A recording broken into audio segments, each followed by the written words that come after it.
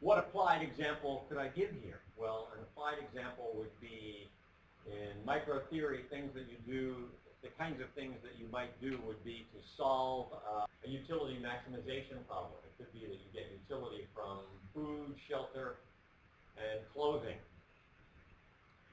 subject to a budget constraint. And so you get a system of first order conditions. And out of the first order conditions, you can derive the system of demand equations. And you know that your utility function, for example, has to be concave. It has to be homothetic. That is to say, when you draw the indifference curves in the goods plane, they have nice smooth shapes to them and they don't cross, that kind of thing. So they have to be homothetic. So the concavity and the homotheticity imply some symmetry and homogeneity restrictions on the system of demand curves.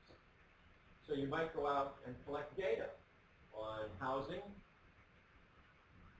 food and clothing, quantities, prices, and incomes, and estimate the unknowns in your system of demand equations, but you want to test for the, you want to test your estimated coefficients to see if they are consistent with homogeneity and concavity and symmetry. So there's a system of restrictions that you could test a hypothesis about. In production theory, you have the same kind of thing.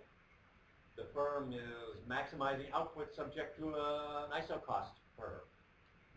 And again, there are implied homogeneity and symmetry restrictions on the system of factor demand equations. So those would be two examples out of economics where you get a system of restrictions that form the basis for a tested hypothesis. Incidentally, you'll see lots of examples.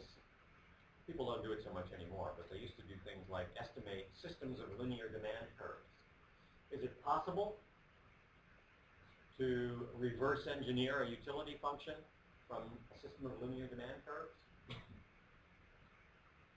Can you integrate the demand curves to get the utility, a well-behaved utility function if you estimated linear demand curves? No.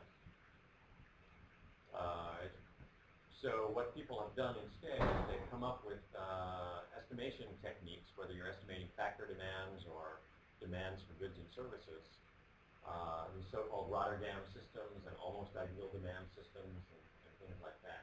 So you can have constructs that preserve the kinds of homogeneity and symmetry restrictions implied by well-behaved utility functions.